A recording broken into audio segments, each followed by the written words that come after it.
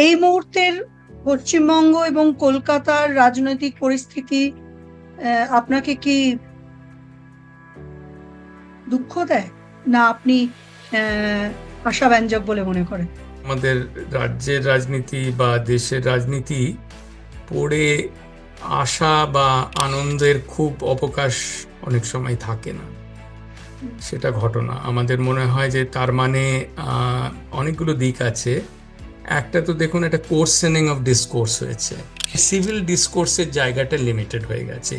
তৃতীয় হচ্ছে এক ধরনের আমার ধারণা যে ধরুন দুর্নীতি মানে শুধু আর্থিক দুর্নীতি না, নানান যেগুলো পরিষ্কারভাবে দেখতে গেলে অন্যায় কাজ, হ্যাঁ, সেটা কোনো দলের বিরুদ্ধে হতে পারে, কোনো ব্যক্তির বিরুদ্ধে হতে পারে, হ্যাঁ, সেটাকে জাস্টিফাই করা, সেটাকে করা, এটা আমার সবসময় খুব আমায় পীড়া দেয়। কোথাও একটা বৃহত্তর সমাজে একটা sense of right or wrong থাকা উচিত, যে কোনো জিনিস সে যে দলেরই করে থাকুক সেটা ঠিক করেনি, এবং যার সাথে হয়ে থাকুক তার মতাদর্শ যাই হয়ে থাকুক না কেন সেটা ঠিক না।